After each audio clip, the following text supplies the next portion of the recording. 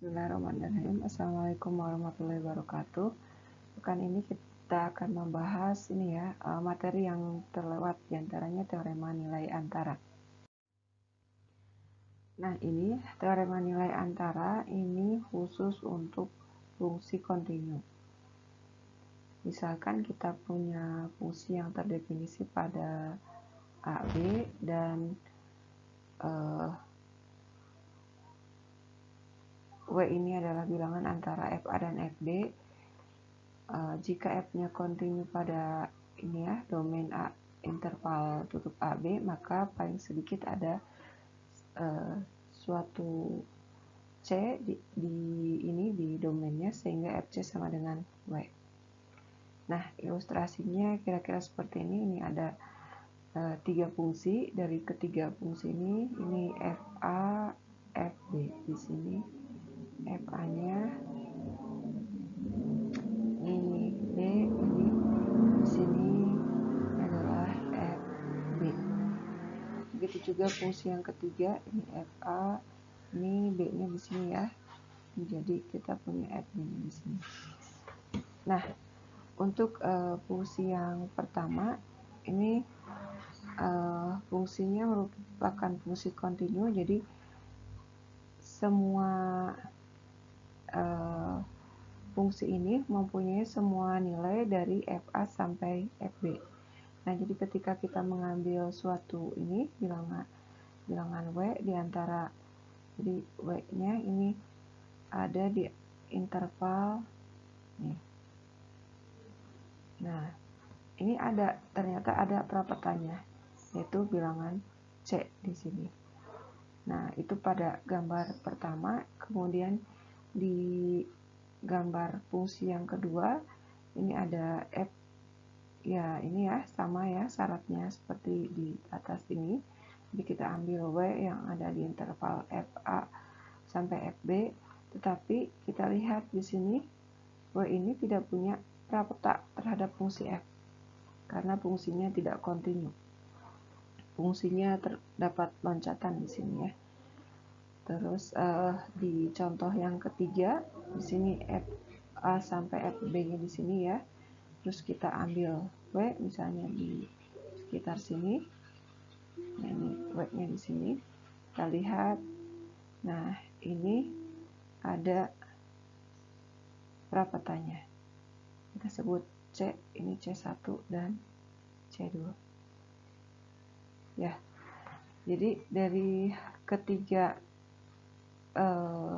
ilustrasi ini, ketika kita punya fungsi yang kontinu itu menjamin ada titik C ini ya, titik C yang dimaksud.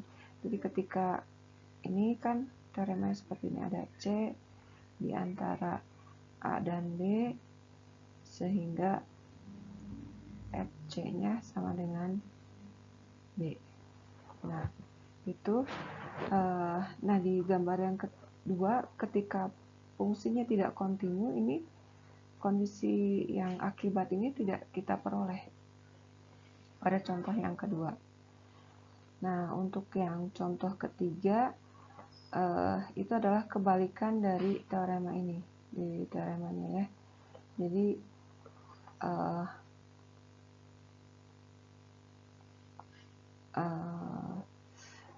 ini jika kita punya fungsi yang tidak kontinu, ya bisa jadi kita punya kondisi yang ini ya. Jadi ada nilai W di antara FA sampai FB yang memenuhi kondisi akhirnya.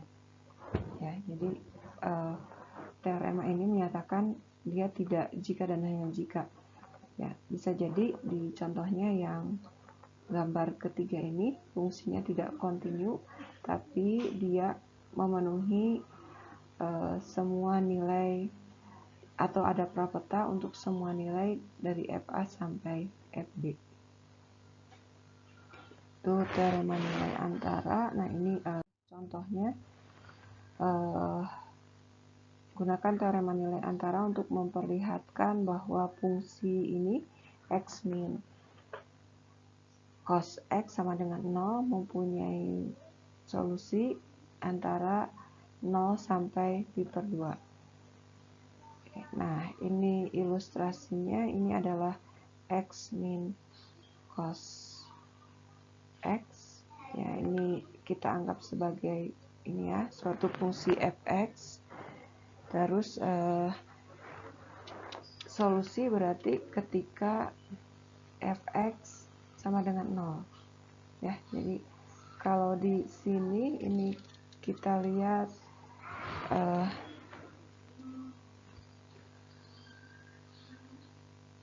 ya.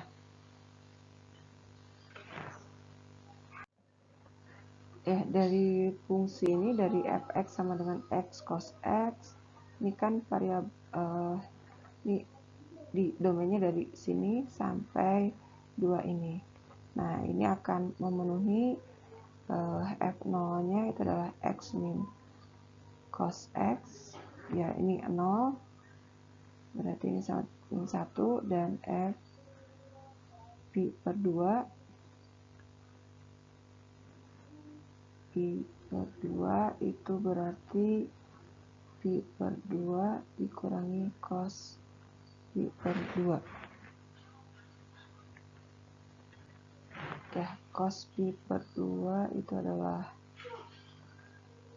0, jadi ini hasilnya pi per 2. Oh, ini bukan 2 di sini ya, di nilai ini pi per 2. Oke.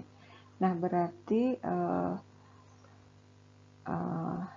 ininya daerah range dari f itu adalah min 1 sampai pi per 2. Nah, pada interval ini ada ini ya, ada 0 merupakan bagian dari ini. Nah, 0 ini kita misalkan sebagai W. Nah, kita cari titik C. Ini akan ditentukan C C-nya ada di 0 sampai pi per 2, sehingga FC-nya ini sama dengan 0. Ya. Nah, kalau kita gunakan teorema nilai antara, karena ini ya, f-nya itu adalah fungsi kontinu, terus 0-nya ada di antara ini. Jadi kalau mengikuti teorema nilai antaranya pasti ada C sama dengan berapa nilainya, sehingga FC ini sama dengan 0. Nah, untuk mencarinya sebenarnya ini pakai metode numerik, yaitu metode bagi 2. Jadi kita lihat di sini kan f a-nya tadi di sini bernilai, atau f0-nya di batas intervalnya ini adalah min 1. Kemudian f di batas paling kanannya pi per 2 itu adalah pi per 2. Ini kan jadi beda tanda ya. Karena beda tanda berarti kita bagi 2, jadi f0 ditambah pi per 2 per 2. Jadi kita punya f pi per 4 itu sama dengan dihitung sendiri. Di sini pendekatannya itu adalah 0,078. Ini pendekatannya bernilai positif juga, jadi ini kita ambil yang f pi per 4 ini jadi batas intervalnya yang asalnya intervalnya ini ya, 0 min, yang asalnya intervalnya dari 0 sampai pi per 2. Jadi kita punya interval baru. Nih, kita punya I2 ini dari 0 sampai pi per 4. Ya. Tadi di sini ini bernilai fungsinya negatif. Nah, ini fungsinya positif. Nah, kemudian kita cari titik tengahnya. Titik tengahnya kita ini ya, kita anggap C2 ini adalah nilai tengah dari 0 sampai pi per 4, yaitu pi per 8. Terus kita hitung F dari pi per 8, nanti ada hasilnya, terus dibandingkan dan terus sampai kita peroleh nilai C yang kita inginkan atau cukup dekat ke ini ya. Jadi ininya FC sekiannya ini dekat ke F ini yang sama dengan 0. Nah, metode ini akan dipelajari lebih lanjut dan kita sebut sebagai metode bagi dua untuk menentukan solusi. Nah, ini ada soal yang lain. Gunakan teorema nilai antara, teorema yang definisinya seperti tadi ya, untuk menyelesaikan solusi. Ini fungsinya yang dicari itu adalah nih, jadi kita punya domainnya A, B-nya ini antara 0 sampai 1. Jadi akan ditentukan C elemen 0,1 sehingga ini FC-nya sama dengan 0. Nah, ini fungsinya kita lihat F0-nya ini adalah min 2 dan F1-nya itu adalah 2. Jadi dari sini daerah hasilnya range F-nya terhadap domain AB ya, ini sama dengan interval tutup min 2 sampai 2. Nah, kita perhatikan ini ada di sini. Jadi FC yang sama dengan 0 ini ada di dalam sini. Nah, tadi untuk kalau eksistensi kita gunakan teorema nilai rata-rata saja. Teorema nilai antara. Teorema nilai antara. Nah, kita lihat apakah syarat teorema nilai antara ini terpenuhi semua untuk solusi dari masalah ini. Ini kan kita punya domain dari fungsi itu 0 sampai 1, kemudian range fungsinya terhadap domain 01 itu adalah min 2,2 ya. Atau ini dituliskan F0 sampai F1. Nah, seperti ini kita lihat terus kita punya F-nya itu adalah fungsi kontinu. Ini tidak akan dibuktikan ya kalau secara grafiknya tidak terputus ya, jadi fungsinya fungsi kontinu. Terus ini memenuhi syarat dari teoremanya juga, F-nya fungsi kontinu, maka untuk 0 ada di ini min 2 sampai 2 sehingga terdapat C yang ada di 01 ini di domain sehingga FC-nya ini sama dengan 0 ya. Jadi jawabannya kalau kita gunakan teorema nilai antara seperti ini. Untuk berapa C-nya nanti akan dibahas di materi selanjutnya, yaitu mencari solusi dengan, kalau tadi katanya dengan metode bagi dua. Sebenarnya solusi dari suatu masalah ini bisa dengan banyak metode ya, tapi di sini kita baru akan dibahas metode bagi dua. Nah, itu contohnya. Jadi di sini hanya untuk menunjukkan eksistensi saja, bukan berapa nilainya. Jadi dengan teorema nilai antara kita sudah tunjukkan eksistensi, keberadaan, solusi. Ya, tapi ini masih perlu kajian lanjutan untuk menentukan berapa nilainya. Nah, ini masalah yang terlewat juga ya. Ini bukan teorema nilai antara. Ini masalah mengenai turunan, yaitu laju yang berkaitan. Nah, algoritma atau mungkin yang kita kenal dengan ini soal masalah nyata yang terkait dengan turunan. Jadi caranya katanya seperti ini. Langkah 1, sebenarnya di sini kita buat ilustrasinya, ilustrasi secara geometrinya, masalah yang terjadi itu seperti apa, dengan memberikan notasi-notasi atau variabel yang akan muncul. Selanjutnya, nyatakan apa yang diketahui mengenai variabel tadi.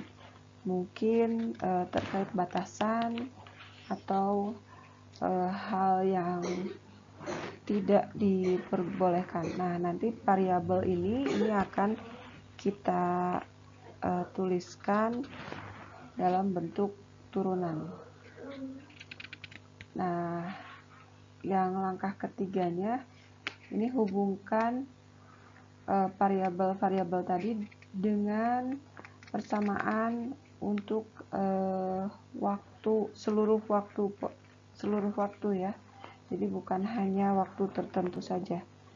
Nah, dalam prosesnya mungkin langkah 1, 2, dan 3 ini tidak bisa dipisahkan. Jadi ketiga langkah ini merupakan satu kejadian atau satu pekerjaan yang kita lakukan.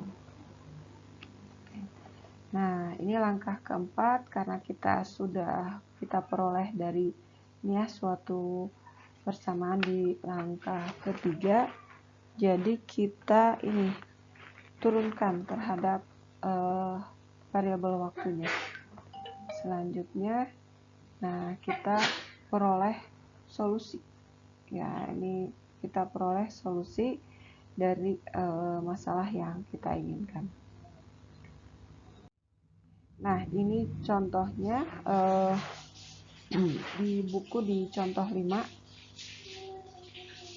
Ini ketika matahari terbenam di belakang gedung tinggi, gedung yang tingginya 120 feet. Ini bayangan gedung itu karena makin sore biasanya gedungnya bayangan itu makin panjang. Nah, ini yang ditanyakan, seberapa cepat bayangan bertambah ketika sinar matahari membentuk sudut 45 derajat atau pi per 4 radian. Nah, tadi langkah pertamanya ini kita berikan ilustrasinya seperti apa. Nah, ini misalkan gedung tingginya 120 feet, kemudian ini ya, bayangannya membelakangi gedung, ini adalah panjang bayangannya, ini adalah sudut sinar matahari terhadap panjang bayangan. Itu langkah pertamanya. Terus langkah keduanya, tadi kan ada di sini ada nilai-nilai. Nah, nilai-nilai ini kita tetapkan ke dalam suatu variabel. Nah, ini ya, ini tadi ada apa? Kalau digambarkan ulang, kira-kira di sini. Nah, misalkan di sini gedung tingginya 120 feet, kemudian di sini ada ini theta, terus di sini panjang bayangan, ini x. Nah, theta di sini ini kan berlaku ini, jadi bayangan itu berlaku untuk 24 jam atau 86.400 detik.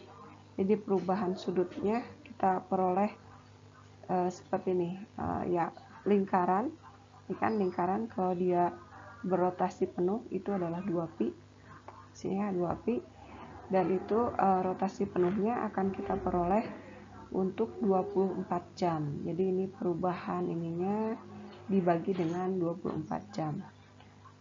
Untuk tanda negatifnya ini katanya karena tetanya berkurang ketika matahari terbenam. Yang ditanyakan, nah ini harus muncul ya variabel ini. Ini adalah perubahan jarak ketika sudutnya di sini ini adalah pi per 4. Yang ketiga, nah kalau dari gambar kita lihat hubungan dari ketiga variabel ini memenuhi kotangan. Ini ada sisi sisi di bawah sudut dengan ini sisi di depan sudut. Sebenarnya bisa kita pakai tangan juga ya. Nah, kenapa ini kalau misalnya kita tuliskan sebagai tangan, ini tangan theta itu adalah 120 per X. Jadi kita akan punya X-nya ini adalah 120 per tangan theta atau 120 kotangan theta. Ya, jadi kita peroleh hal yang sama sebenarnya. Ya, jadi kita punya di sini X-nya 120 kotangan theta. Oke. Langkah keempat, karena kita sudah punya ya persamaan dari masalah yang kita hadapi. Nah, ini kita turunkan terhadap variabel T terhadap waktu. Ini yang ruas kirinya terhadap T, terus turunan dari kotangan itu adalah min kosekan kuadrat. Terus ini turunan dari theta. Nah, ini diketahui kecepatan tadi d theta per dt-nya udah diketahui ya, yaitu min 2pi per 86.400 di sini kita substitusikan. Yang ditanyakan itu adalah berapa ini ya dx dt-nya berapa. Sudutnya sudah diketahui. Nah, ini sudutnya tadi yang diketahui itu adalah pi per 4. Jadi kita substitusikan, kita peroleh ini. Jadi ini perubahan atau kecepatan bayangan ketika sudutnya pi per 4 itu adalah ini.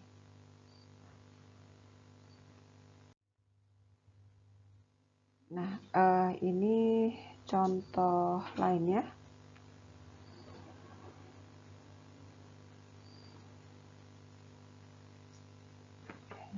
Nah, ini contoh kota Bogor memantau ketinggian air dalam tangki air yang berbentuk tabung yang dilengkapi dengan alat pencatat otomatis.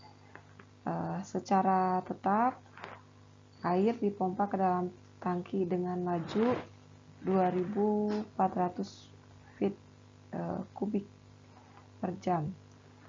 Ini tadi pencatatannya selama periode 12 jam tertentu. Nah, ini katanya dimulai dari tengah malam. Yang ditanya ini terus permukaan air naik dan turun sesuai dengan grafik di gambar. Nah, jika jari-jari tangki ini 20 feet, berapa laju air pada pukul 7? Nah, di sini ini tadi untuk langkah pertama kita buat ilustrasinya dari masalah yang terjadi. Jadi di sini katanya air itu masuk dengan debitnya atau banyaknya air yang masuk itu adalah 2.400 feet kubik per jam. Kemudian yang dicatat itu adalah ini naik turun ketinggian air di dalam tangkinya. Jadi yang dicatat di sini ini adalah dH per detek. Ya, ini perubahan tinggi air, tinggi tangki air. Nah, itu terus ini air yang keluar di sini katanya 2400 min dV per detik. Nah,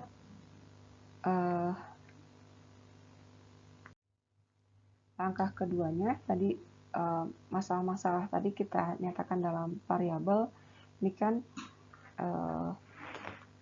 ada air yang masuk tadi ya 2400 feet per jam, kemudian air keluarnya ini diketahui jari-jari tangki penyimpanan air itu 20 feet. Kemudian nah tadi kan ini ya jumlah kecepatan naik turunnya tinggi permukaan tangki. Nah, di jam ke-7, nah ini setelah pencatatan di sini ini ada kemiringan garis. Cara mencarinya ini kita lihat titik-titik ininya ya. Nah, ini berpotongan di titik ini. Jadi kita ini kita punya delta X, di sini delta Y. Jadi turunan ini didekati oleh nilai diferensial ini ya. Jadi ini didekati oleh nilai diferensialnya.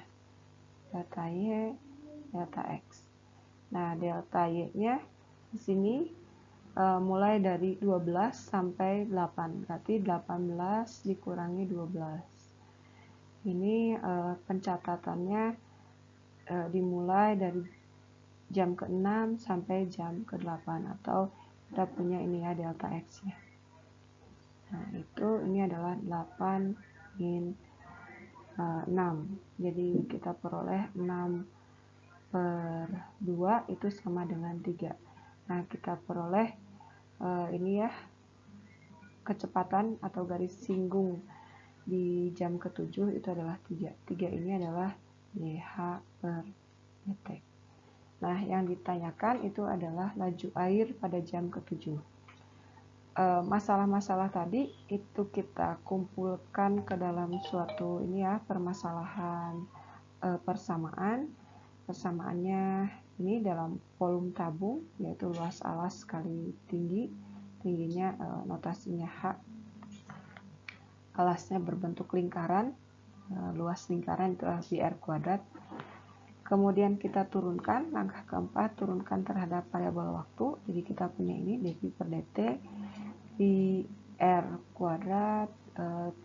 Oh ya, kalau kita lihat tabung, tadi tangkinya kan berbentuk tabung. Diulangi lagi. Ya, ini kan jari-jari tetap, R-nya tetap, R tetap. Terus V itu bernilai konstanta. Jadi yang berubah itu adalah ini tingginya, tinggi air. Kadang naik, kadang turun. Makanya ya di sini yang diturunkan terhadap T hanya ketinggian air saja. Terus kita substitusikan nilai yang diketahui pada ini ya, langkah 2, yaitu jari-jari itu adalah 20 feet. Nah, di sini udah masuk langkah 5 sebenarnya ya. Langkah 5.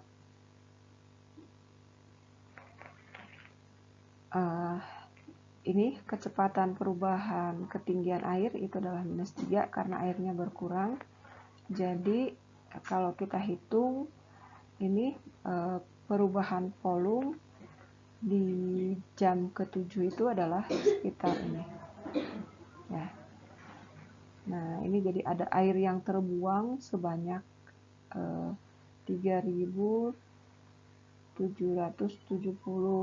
feet kubik. Tuh. Jadi air yang digunakan itu adalah ini ya 2.400 ditambah tadi perubahan volume air. Ya. Kalau ditanyakan kenapa di 3.700-nya ditambahkan dengan 2.400 karena airnya itu kan dia tidak pernah luber, jadi air yang masuk itu adalah air yang keluar, yang berubah itu hanya perubahan di dalam tangki airnya.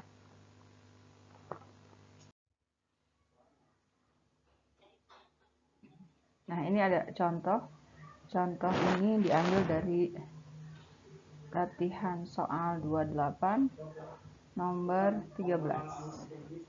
Nah, ini ada sebuah cakram baja memuai ketika dipanaskan. Jika jari-jarinya bertambah dengan laju 0,02 inci per detik, seberapa cepat luas permukaan bertambah pada saat jari-jarinya 8,1 inci. Nah, dari contoh ini langkah satunya kita buat ilustrasinya. Jadi ilustrasinya cakram ini begini. Nah, jadi kemudian ada perubahan jari-jari, perubahan jari-jarinya dengan R. Ini jari-jari. Ya, di sini R-nya perubahannya 0,02 inci. Kemudian kita punya luas. Di sini ada luas cakram, karena cakram berupa lingkaran itu adalah VR kuadrat. Nah, ini udah langsung langkah 1, langkah 2, dan langkah 3 ya. Langkah 3, langkah satunya ilustrasi. Ini terus variabel-variabelnya R, DR, dan ada luas. Kemudian modelnya itu adalah luas lingkaran. Langkah 4 berarti kita turunkan ini L-nya terhadap waktu karena ada perubahan luas ya. Jadi perubahan luas terhadap waktu itu adalah, nah di sini yang berubah itu adalah jari-jari ya terhadap waktu. Ini diturunkan karena V konstanta berarti dia tetap, terus R diturunkan pakai sifat R kuadrat berarti 2R dikalikan dengan turunan dari R, dr dt. Nah, ini yang tadi harusnya masuk di langkah 3 ya, yang ditanyakan adalah perubahan luasnya. Nah, ini pada saat R-nya sama dengan 8,1 inci. Nah, jadi perubahan luasnya ini adalah V adalah konstanta, 2 jari-jarinya ditinjau pada saat 8,1, kemudian perubahan kecepatan jari-jari yaitu memuainya 0,02. Kalau dihitung ini nilainya berapa ya? Kalau dihitung mendekati 1,087.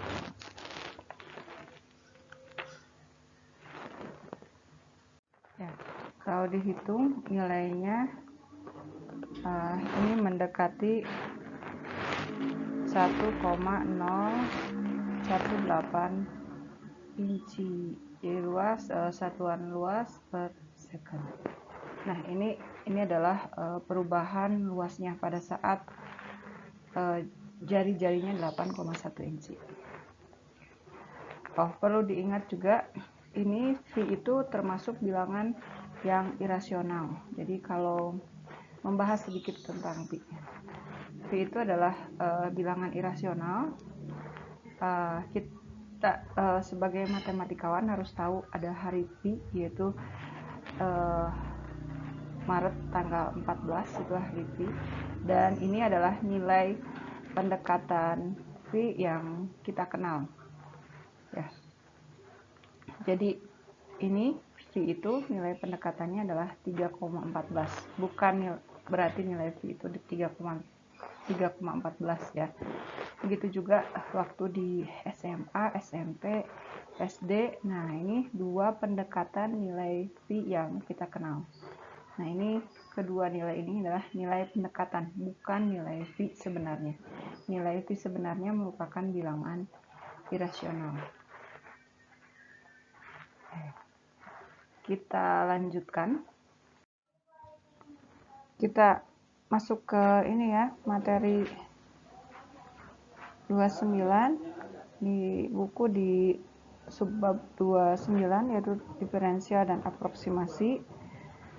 Sebelumnya pernah diperkenalkan notasi Leibniz. Nah, ini dy dx ini merupakan notasi yang digunakan untuk turunan y terhadap x.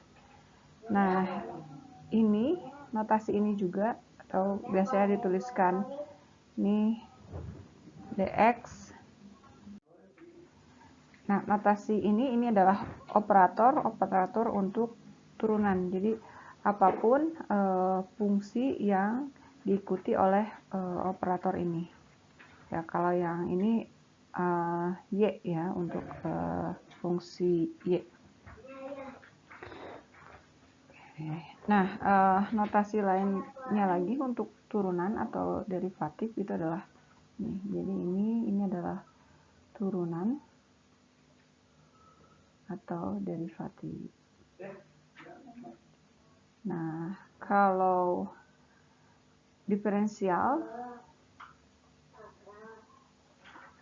notasinya ini dy atau ya notasinya seperti ini.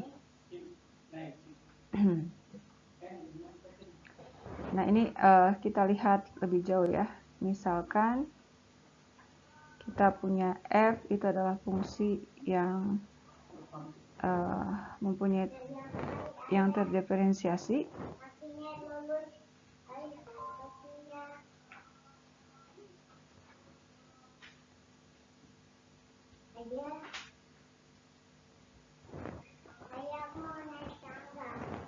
Terus ada titik p x0, y0 sini ya, di gambar itu ada koordinat p0 y0 yang berada pada kurva y sama dengan fx. Nah, karena f-nya ini terdiferensiasi, jadi kita akan punya ini limit delta x menuju 0 dari f x0 plus delta x min f x0 per delta x, dan ini akan sama dengan f aksen di x0. Nah, jika delta x nya kecil, ini sangat kecil ya, jadi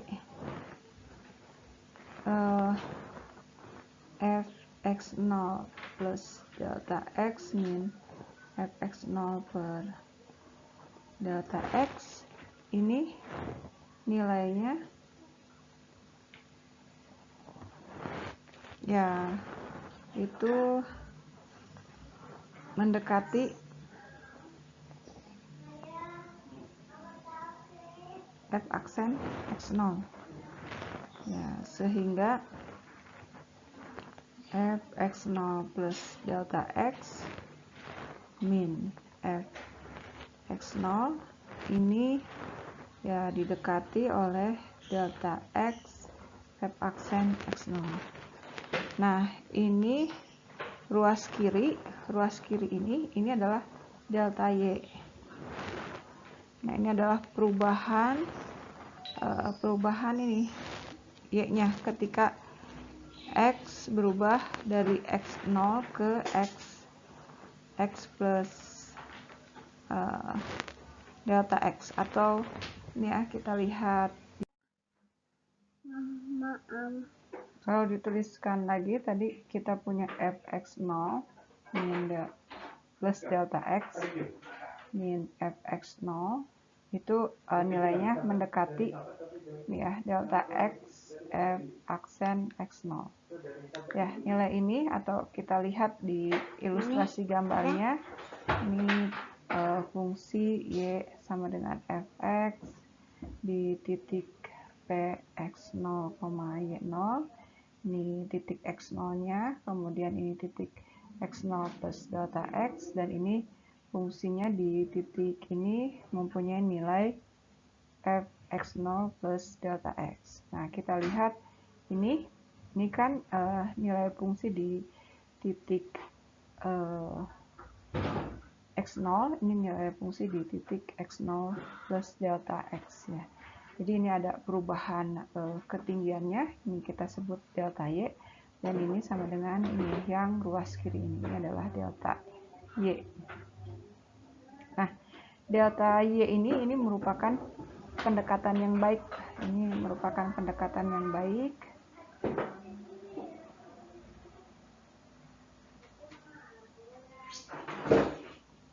Untuk DY. Nah, di sini DY ini adalah kemiringan dari garis singgung fungsi di titik P. Ya. Nah, ini ada definisi berikut, ini definisi formal dari diferensial. Ini ya, misalkan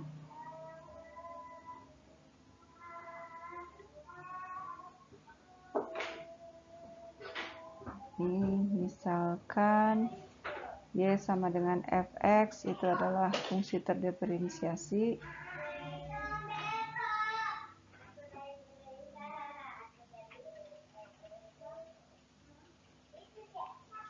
dari variabel bebas x, kemudian delta x-nya ini adalah pertambahan sembarang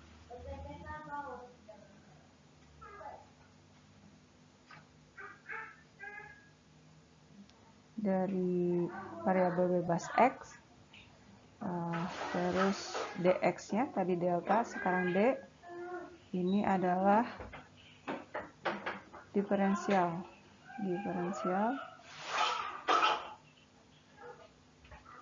dari variabel bebas x.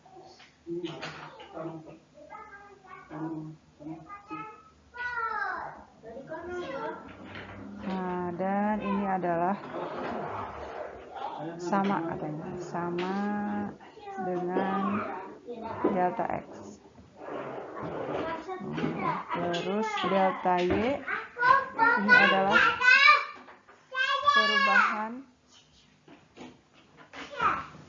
perubahan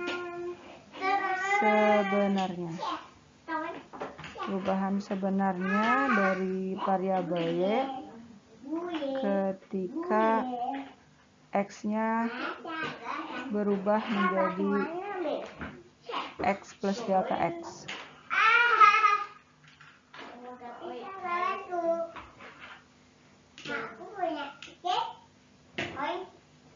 Ya, jadi kita ketika y-nya menjadi ini x plus delta x min fx. Ini delta y-nya ya. Nah, dan dy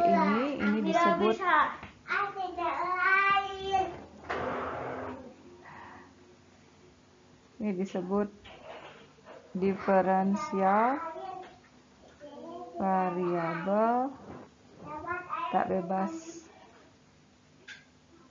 y. Nah, ini didefinisikan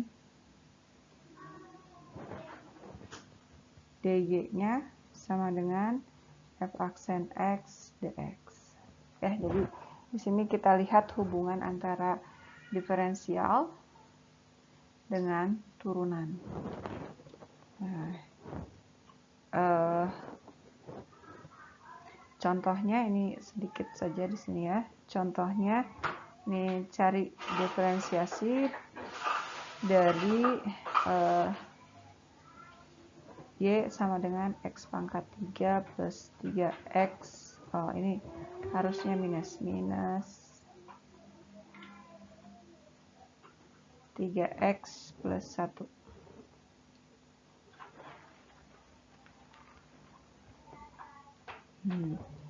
Jadi kan kita tahu Y aksennya ini adalah 3x kuadrat min 3, jadi diferensiasinya ini adalah 3x min 3 dx ya.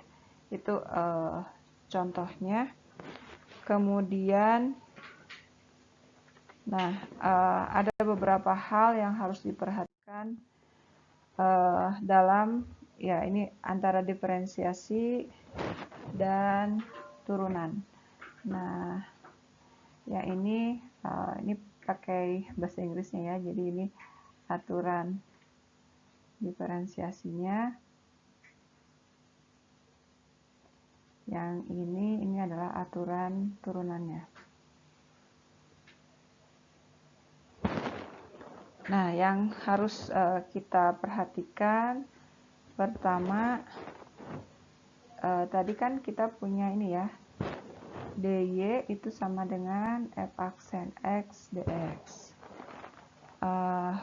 Kalau kedua ruas ini kedua ruas dibagi dengan dx, jadi kita akan punya ini dy dx sama dengan f aksen x, karena yang bagian kanannya ini jadi 1 ya.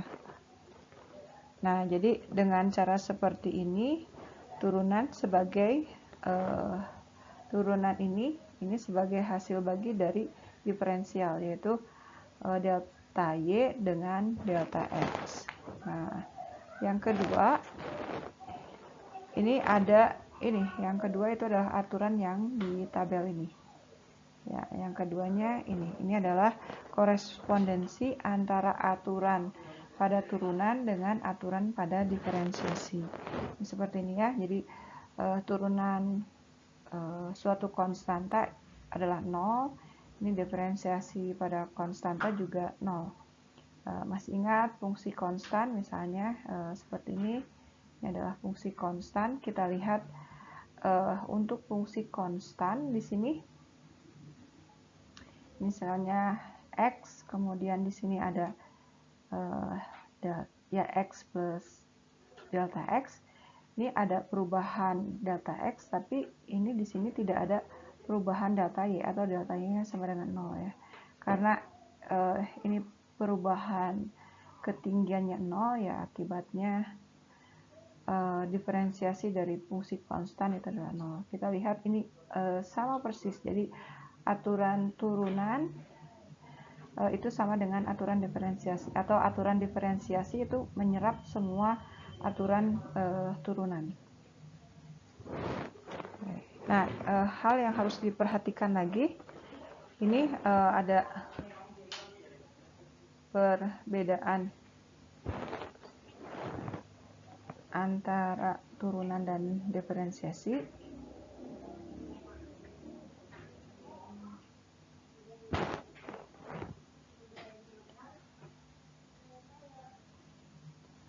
Ya, ini bedanya.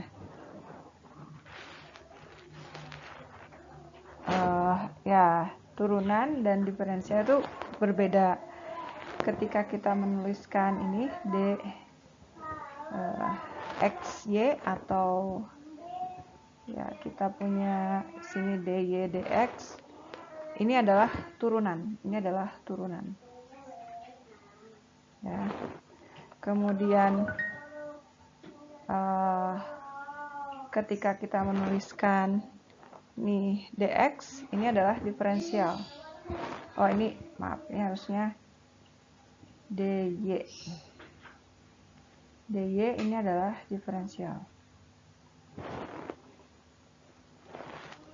Nah, jadi jangan sampai tertukar. Kalau kita menuliskan turunan, ini harus ada ya variabel bebas dan variabel bebas dan variabel terikatnya harus muncul keduanya. Tapi kalau untuk diferensial, ini kan hanya ada diferensial kan beda. Jadi kita hanya menunjukkan adanya perubahan. Jadi perubahannya boleh di satu sisi aja, ditinjau di satu sisi. Apakah itu ketinggiannya atau lebarnya. ini ada aproksimasi atau pendekatan.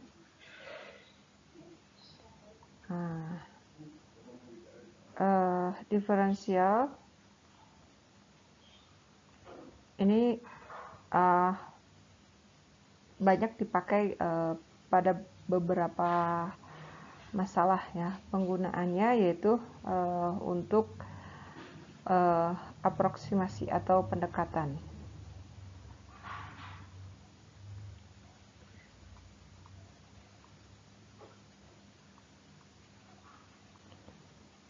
Nah, misalkan di sini kita punya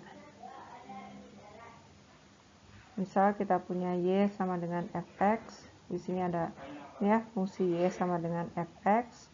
Terus ini pada titik x. Jadi ini kita punya tinggi atau nilai fx-nya ya. Terus ini ada perubahan notasi x. Di sini perubahannya sejauh delta x. Jadi kita punya titik x plus delta x. Ini menghasilkan di sini ada perubahan nilai y sejauh delta y, dan kita punya ini dari sini ke sumbu itu adalah ini ya, nilai f x plus delta x ya, atau ya bisa dikatakan pertambahan delta x itu ini ada pertambahan delta x itu berkorespondensi terhadap pertambahan delta y, karena di sini fungsinya fungsi positif. Lebih tepatnya ini ya, jadi kalau ada perubahan di sini ada pertambahan delta y, itu terjadi perubahan pada delta y-nya. Jadi Ibu ulangi, kalau ada perubahan pada delta x-nya di sini, perubahan delta x itu akan merubah terjadi perubahan pada delta y-nya, sehingga kita punya nilai ini f pada x-nya yang berubah. Jadi ini f x plus delta x ini akan dihampiri oleh nilai fx ditambah dy. Ya, ini dy-nya ya, ini ya. Jadi perubahan variabel y. Nah, dan ini sama dengan fx ditambah f aksen x delta x. Oke, itu. Nah, contohnya ini kita akan mengaproksimasi nilai akar 4,6 dan 8,2. Nah, ya tanpa kalkulator. Nah, yang akan kita kerjakan di sini ini ada grafiknya. Grafiknya ini merupakan ini grafik dari y sama dengan akar x ya. Y sama dengan akar x. Ketika x-nya di 4, dari ini titik 4 ini ke 4,6. Nah, ini kan ada perubahan ya, nilai fungsinya yang asalnya di sini ini ada akar, ini tingginya akar 4 yaitu 2, nih akar 4 sama dengan 2. Nah, ini x-nya berubah, yang asalnya ke 4 menjadi 4,6, atau kita punya di sini delta x-nya itu adalah 0,6 ya. Jadi ada perubahan, dan kalau kita lihat di ilustrasinya di sini ini sampai sini ya tadi ya. Oke, dari sini sampai sini ini adalah akar 4 sama dengan 2, terus nanti ada perubahan, ini kan garis singgung, nah ini ada perubahannya, ini adalah DY ya. Jadi aproksimasi akar 4,6 itu adalah akar 4 ditambah DY, dan DY nya ini adalah tadi ya seperti ini adalah DY, dan fx nya dari fx sama dengan akar x, turunannya itu adalah setengah x pangkat min setengah dx, atau bisa dituliskan ini 1/2 akar x dx. Nah, di x sama dengan 4 dan dx sama dengan 0,6 itu diperoleh dy nya sama dengan 1/2 akar 4, diperoleh dari sini, dx nya 0,6. Nah ini nilainya 224, jadi 0,6/4 ini sama dengan 0,15 ya. Jadi akar 4,6 ini akan didekati oleh nilai akar 4 ditambah dx nya, maaf, dy nya ya, dy nya yaitu ini akar 4,6, ibu ulangi, akar 4,6 itu nilainya didekati oleh akar 4 ditambah dy ya, sesuai dengan ini ya, ini didekati, dan dy nya itu adalah 0,15, jadi nilai pendekatannya adalah 2,15. Nah begitu juga untuk x sama dengan ya ini akar 8,2. Nah untuk akar 8,2 itu lebih dekat pendekatannya, kan nilai akar yang kita tahu itu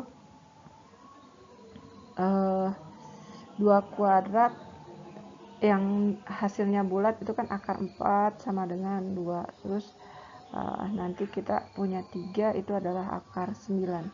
Kalau pendekatannya dari 2 nanti nilainya terlalu jauh, jadi kita ambil yang terdekat yaitu nih ya.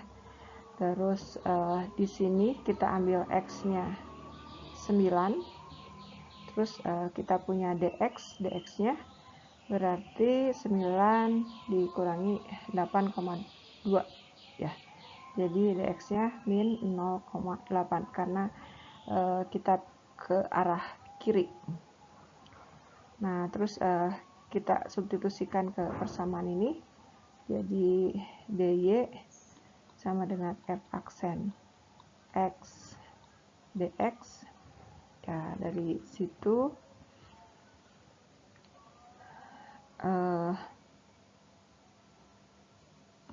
ini sama aja dengan 1/2 akar 9 ya, dari yang ini sama dengan dx nya min 0,8. Nah ini pendekatannya ini tuh sama dengan minus 0,8/6 atau didekati oleh nilai min 0,133 ya. Jadi tadi d y sebentar dituliskan, jadi f x plus delta y ini sama dengan fx ditambah dy. Nah jadi akar 8,2 ini sama dengan akar 9 min 0,8 ya. Ini fx-nya itu adalah akar 3, delta y-nya tadi udah ada nilainya minus min 0,133 ya. Jadi nilainya itu adalah 2,867. Nah, ini diteruskan ke atas ini ya. Jadi nilai kalau dituliskan kesimpulannya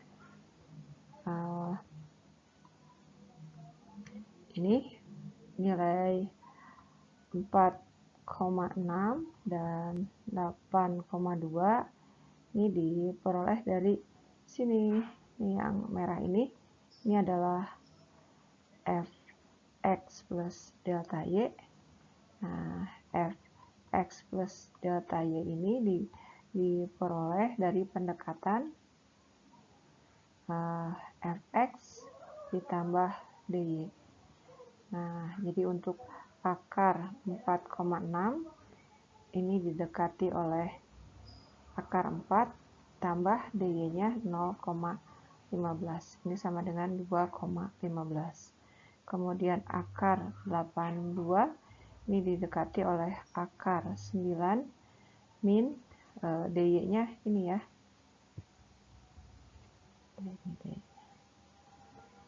0,133 ya, jadinya ini 2,867. Nah, itu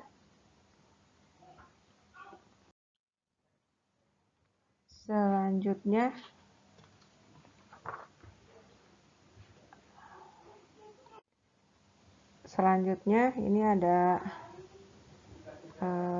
aproksimasi linier.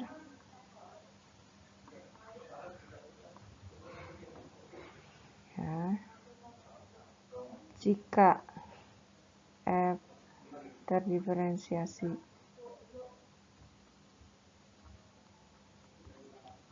di A, maka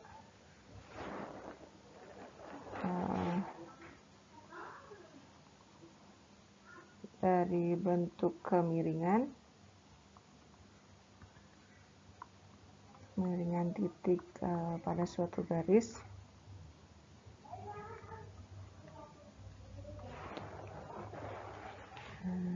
yaitu garis singgung F pada titik A, F A. Nah, ini diberikan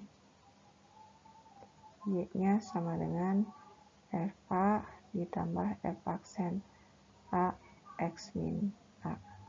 Terus kita punya fungsi garisnya itu adalah Lx FA min plus F aksen A X min A. Ini disebut pendekatan liniernya.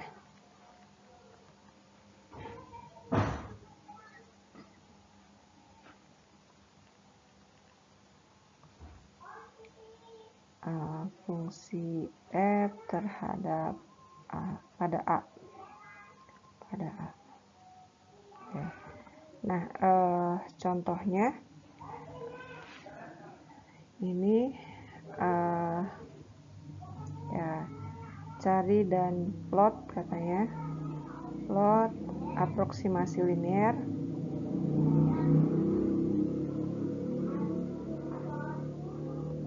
fx 1 plus sin 2x pada x sama dengan pi per 2 ya. Jadi kalau misalkan kita punya fungsi sinus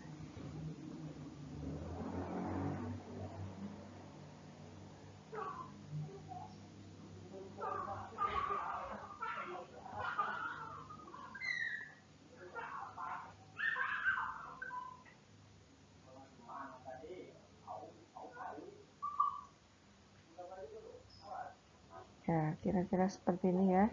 Ini adalah sin 2x, 1 plus sin 2x berarti fungsinya seperti ini. 1 plus sin 2x. Nah, ini. Terus yang diminta itu pada saat pi per 2. Berarti di sini, nah di pi per 2 ini, aproksimasi linearnya ya berarti ini garis singgung ya, tidak tepat garis singgung sebenarnya karena nanti garisnya akan memotong fungsi dari sinusnya, tapi nanti kita punya persamaan garis dengan kemiringan di titik pi per 2 ini ya. Nah, ini turunan dari f, yakni f aksen x ini adalah 2 cos 2x. Nah, kita peroleh aproksimasi linearnya sesuai dengan ini, persamaan ini di atas. Y sama dengan f di pi per 2 ditambah turunannya yaitu 2, atau dituliskan dulu ya, f aksen di pi per 2 dikali x min pi per 2. Nah, ini kita peroleh 1 plus sinus 2 dikali pi per 2. Ya, ditambah turunannya itu adalah 2 dikali cos 2 pi per 2 dikali x min pi per 2. Sinus pi itu nilainya 0.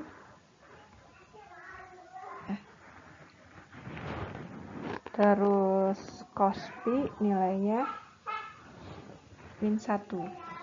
Jadi kalau ini 1 plus 0 ditambah 2 kali min 1 x min pi per 2. X-nya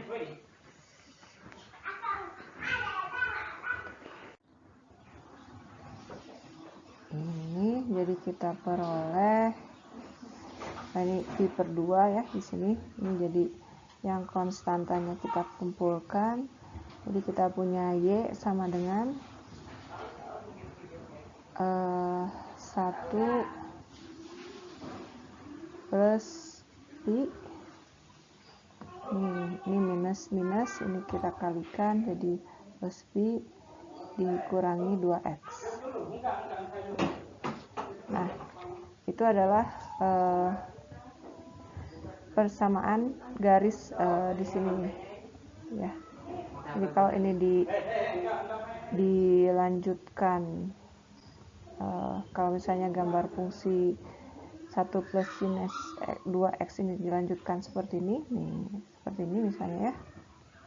Nah, garis aproksimasi linearnya itu adalah garis ini.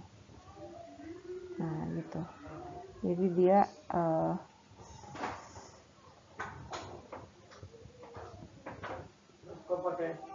ya, kira-kira ini gambar ini adalah garis aproksimasi linearnya.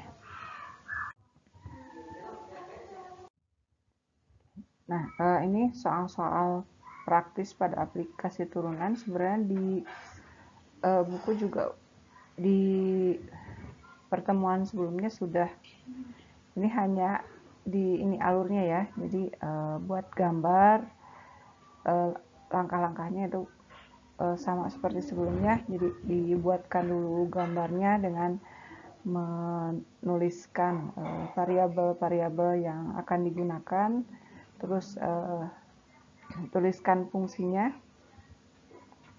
kemudian ini katanya langkah ketiganya gunakan kondisi masalah untuk menghilangkan semua kecuali satu dari variabel. Kemudian langkah keempatnya cari titik kritisnya, yaitu di titik ujung stasioner atau titik singular. Kemudian substitusikan nilai kritis ke fungsi tujuan. Ini udah yang contohnya itu yang menghitung volume yang menghitung volume dari kotak kardus yang kita buat, kemudian yang menghitung kawat dengan luas maksimum. Nah, itu udah, jadi tidak akan Ibu bahas lagi, ini hanya alurnya ya, seperti ini.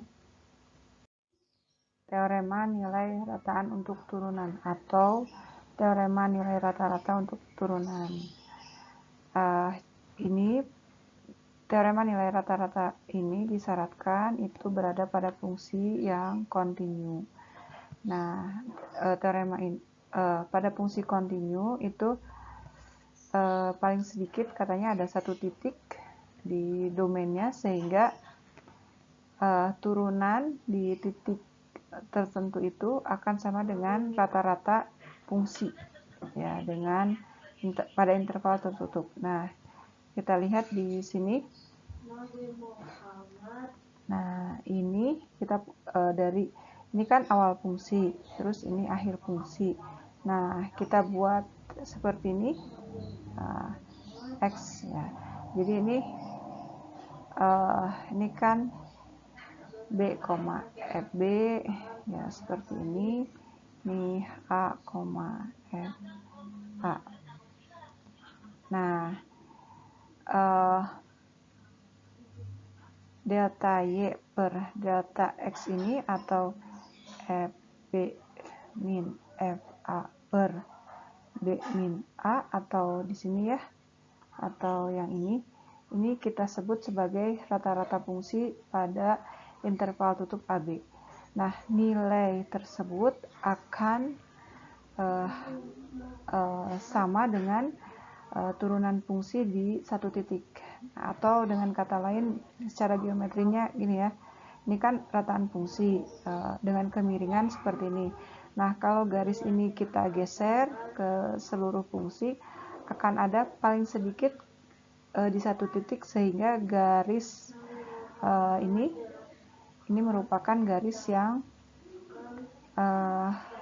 menyinggung fungsi ya, merupakan garis yang menyinggung fungsi.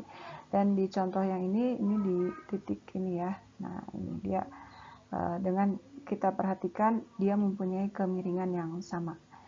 Nah, contoh yang lain ini di contoh yang kedua, ini juga sama ya, FA dan FB-nya ini rataan fungsinya mempunyai nilai seperti ini kemiringannya.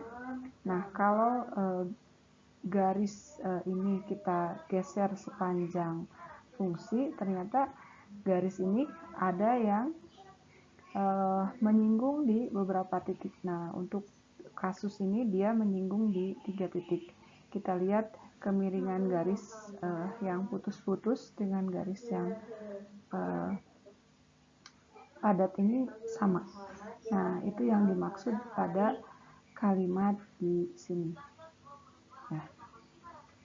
Ya. Atau bentuk setaranya bisa dituliskan sebagai ini, FB min FA, atau selisih ini ya, selisih fungsi itu sama dengan turunannya dikali delta X-nya. Nah, ini contoh pada teorema nilai rataan untuk turunan ya, pada aplikasi turunan. Jadi misalkan ada fungsi fx sama dengan 2 akar x pada intervalnya ini 1 sampai 4. Ilustrasinya seperti ini. Ini rata-rata fungsinya mempunyai kemiringan seperti ini. Nah, ternyata di sini ada satu titik pada fungsi yang kemiringan garis singgungnya itu sama dengan nilai rata-rata fungsi, atau ya tadi sesuai dengan teoremanya, jadi ada ini rataan fungsi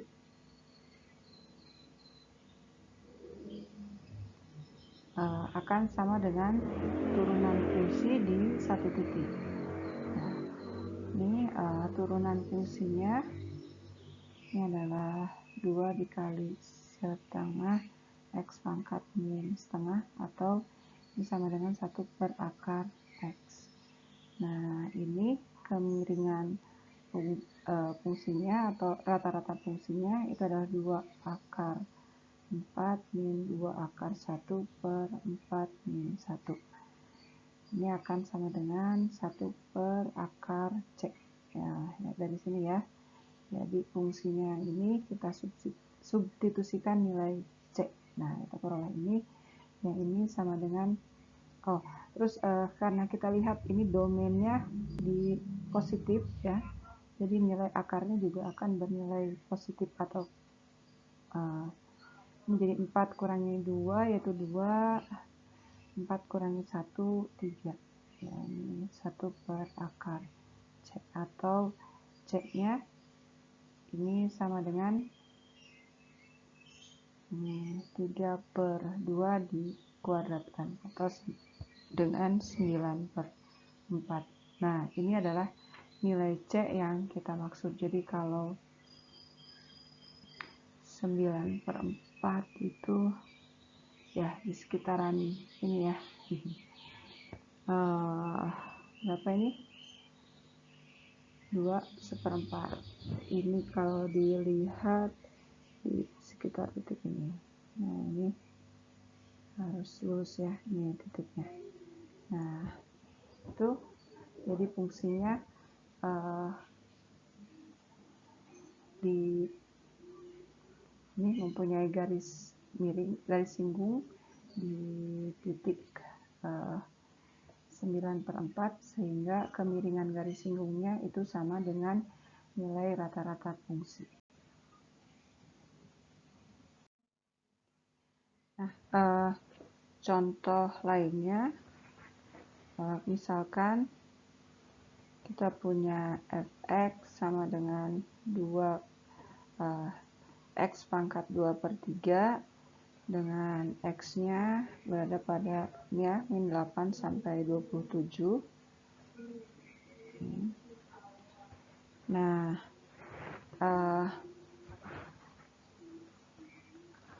yang ditanyakan nih, perlihatkan kesimpulan dari teorema nilai rata-rata ini pada turunan fungsi di sini gagal atau tidak terpenuhi. Nah, kita lihat ilustrasinya. Nah, ini adalah fungsi ini ya. Ini X pangkat 2 per 3.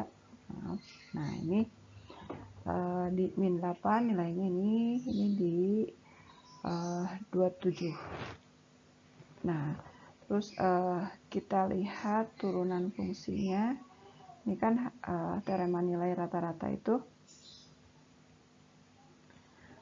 FB min FA per B min A ini harus sama dengan turunan fungsi di titik C. Nah, jadi kita hitung ini F aksen X-nya. Ini sama dengan 2 per 3 dikali X pangkat min 1 per 3. Nah, ini sama dengan 2 per 3 X pangkat 1/3. Nah, kita lihat turunan fungsi ini dia tidak terdefinisi di X sama dengan 0 ya. Jadi di sini syaratnya X-nya tidak boleh sama dengan 0. Nah, ini yang bagian kirinya kalau kita hitung ini sama dengan F 27 dikurangi F min 8 per 27 dikurangi min 8. Ini sama dengan 9 dikurangi 4 per 35, maaf ya, sama dengan 1 per 7.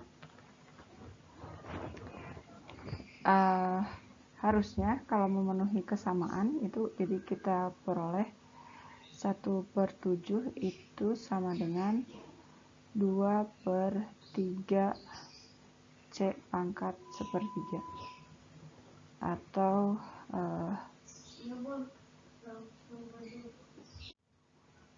kita peroleh C pangkat sepertiga sama dengan 2 per 3 kali 7, atau C nya ini sama dengan 2 per 3 kali 7 dipangkatkan 3. Ini katanya nilainya mendekati 102.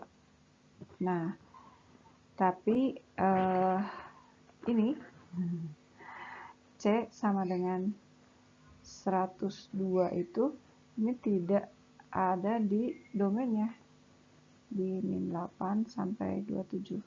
Nah, ini tidak termuat di sini. Jadi nah, kita lihat teorema nilai rata-rata ini tidak terpenuhi ya. Harusnya katanya nilai C-nya ada di domainnya, di min 8 sampai 27. Hal ini terjadi karena teorema nilai rata-rata ini kan mensyaratkan fungsinya kontinu di AB, dan dia mempunyai diferensiabel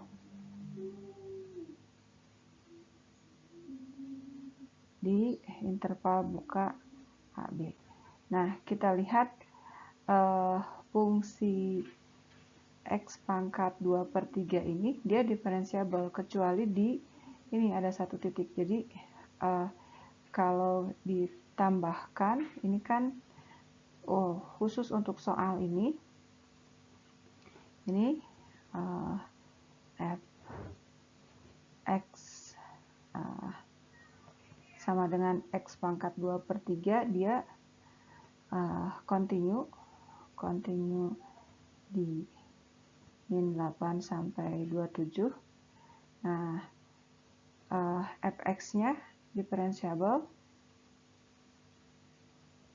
atau punya turunan di interval buka min 8 sampai 27, kecuali ini dikurangi titik 0.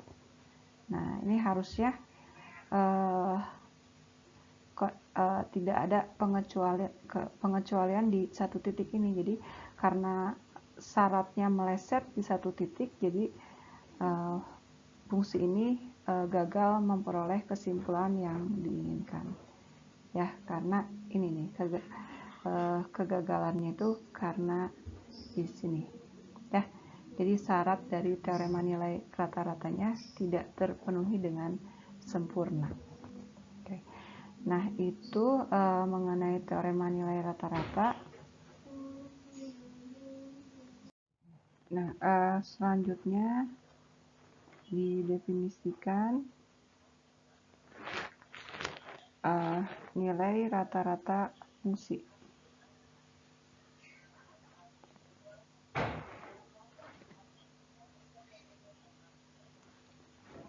Katanya jika f terintegralkan pada interval kutub,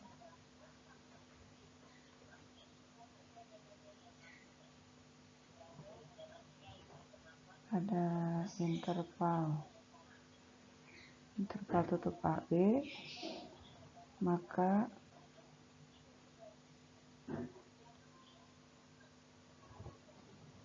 nilai rata-rata F pada AB adalah 1 per B min A X dx. Ya, definisinya seperti ini. Kita lihat, kita berikan contohnya. Tentukan nilai rata-rata Ya, rata-rata fungsi ini fx-nya didefinisikan sebagai x sinus x kuadrat. Ini gambarnya seperti ini ya. Dengan domainnya dari 0 sampai akar V. Berdasarkan definisi tadi, berarti nilai rata-rata fungsi itu akan diperoleh dari ini. Nah, atau kita substitusikan nilai-nilainya 1 per akar V min 0 sampai akar V x sinus x kuadrat dx. Kita gunakan metode substitusi ya. Kita misalkan U sama dengan x kuadrat, kemudian du sama dengan 2x dx. Jadi integral yang di atas itu bisa kita tuliskan ini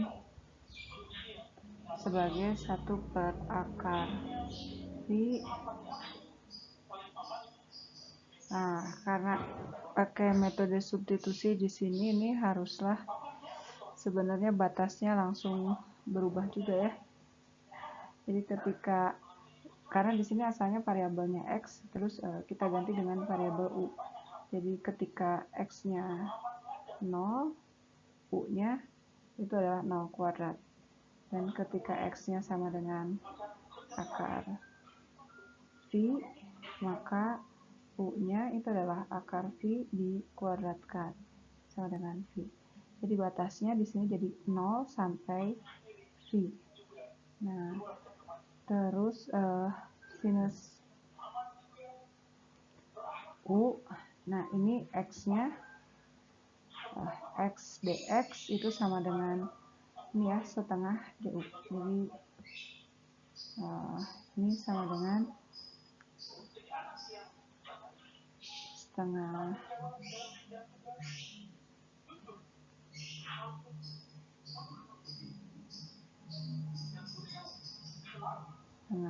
du sama dengan x dx. Oke. Nah ini jadi du per 2. Kita integralkan, ini jadi 1 per 2 akar V di integral dari sinus itu adalah min cos. Nah ini batas integralnya tadi kita sudah rubah ya, kita rubah ke U, jadi kita tidak usah rubah lagi ke X, nanti hasilnya juga sama. Ini dari 0 sampai U. Jadi sama dengan 1 per 2 akar V dikalikan dengan cosinus V itu adalah min 1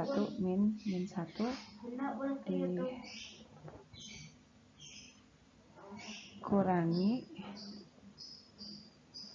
ya ini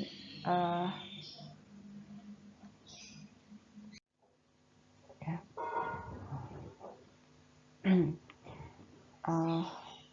diulang ya. Jadi ini kalau dituliskan lengkap itu jadi min cosinus V dikurangi min cosinus 0. Jadi 1 per 2 akar V, cosinus V itu min 1, jadi min dari min 1, cos 0 itu adalah 1, ini min kali min jadi plus ya. Jadi kita peroleh 1 per 2 akar V dikali 2, atau hasilnya kita peroleh 1 per akar V. Nah, dan ini adalah rata-rata dari fungsi yang kita cari ya. Nah, selanjutnya ini ada teorema nilai rata-rata atau teorema nilai rataan untuk integral. Jadi ini syaratnya jika f kontinu continue pada interval tutup AB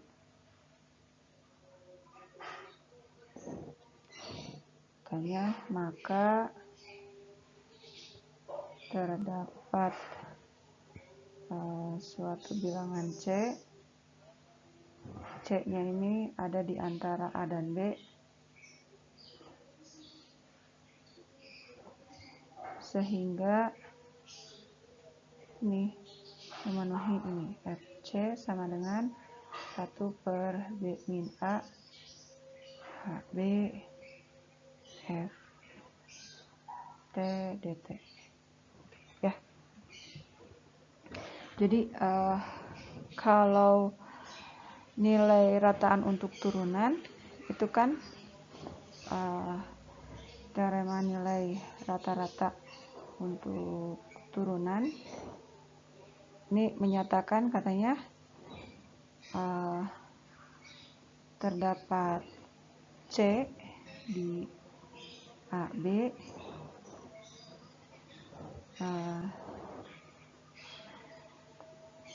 tempat perubahan ya, terdapat C di AB titik atau ya jangan disebut tempat, jadi ini titik perubahan rata-rata kecepatan itu sama dengan laju kecepatan sesaat. Nah, kalau teorema nilai rata-rata untuk integral ini ada C pada interval AB. Nah, ini rataan nilai fungsi yang pada definisi tadi ya, 1B min A B F T dt itu akan sama dengan nilai fungsi di satu titik, nilai fungsi sebenarnya. Dengan nilai fungsi sebenarnya atau nilai FC-nya.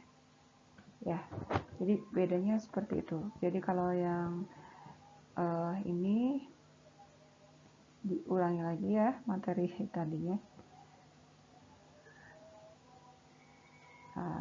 Kalau yang tadi Ibu jelaskan ini sebagai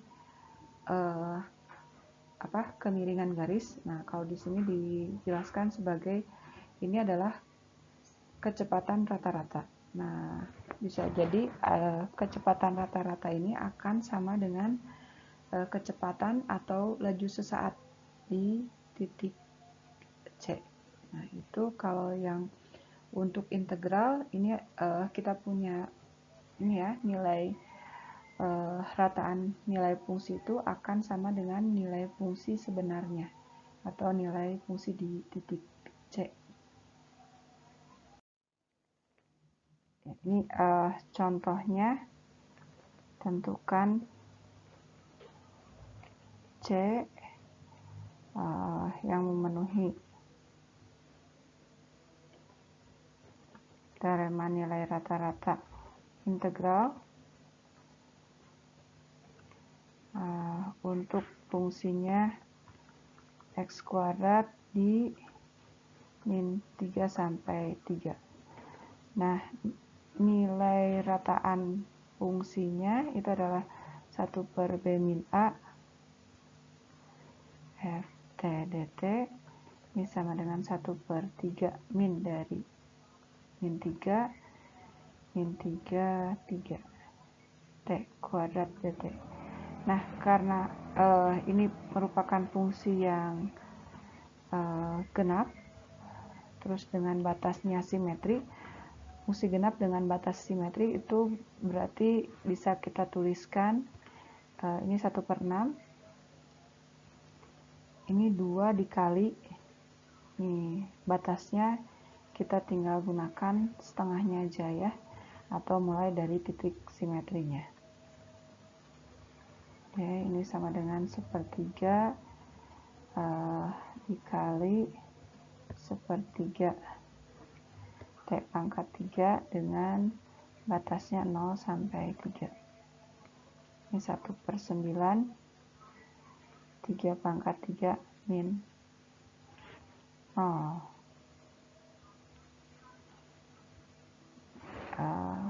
Hasilnya ini sama dengan, ini ada salah hitung ya. Ini harusnya, ini 6. 1/3, betul, 1/3. Ini jadi 27/9, hasilnya adalah 3. Nah, ini nilai rataan fungsinya itu adalah 3, jadi kita akan punya 3 itu adalah sama dengan F nilai fungsi di titik C. Fungsinya itu adalah ini, C kuadrat. Nah, berapa itu nilai C-nya? Jadi C-nya itu adalah plus minus akar 3. Ya, jadi nilai rataan fungsi itu ada di sini. Kita lihat, ini Y sama dengan 3. Nah, Y sama dengan 3 ini memotong di 2 titik, yaitu titik min akar 3 dan akar 3. Nah, ini jadi kita lihat nilai fungsi di titik akar 3 ini akan sama dengan nilai rataan fungsinya. Ini 3 sampai min 3 dengan X kuadrat, T kuadrat dt. Ya, seperti ini. Oke. Nah, sampai sini dulu untuk materi teorema nilai rata-rata. Tadi ada teorema nilai antara untuk fungsi kontinu, kemudian ada teorema nilai rata-rata untuk turunan, dan ini teorema nilai rata-rata untuk integral. Kalau ada pertanyaan, silahkan dikirimkan ke grup. Ya, Assalamualaikum warahmatullahi wabarakatuh.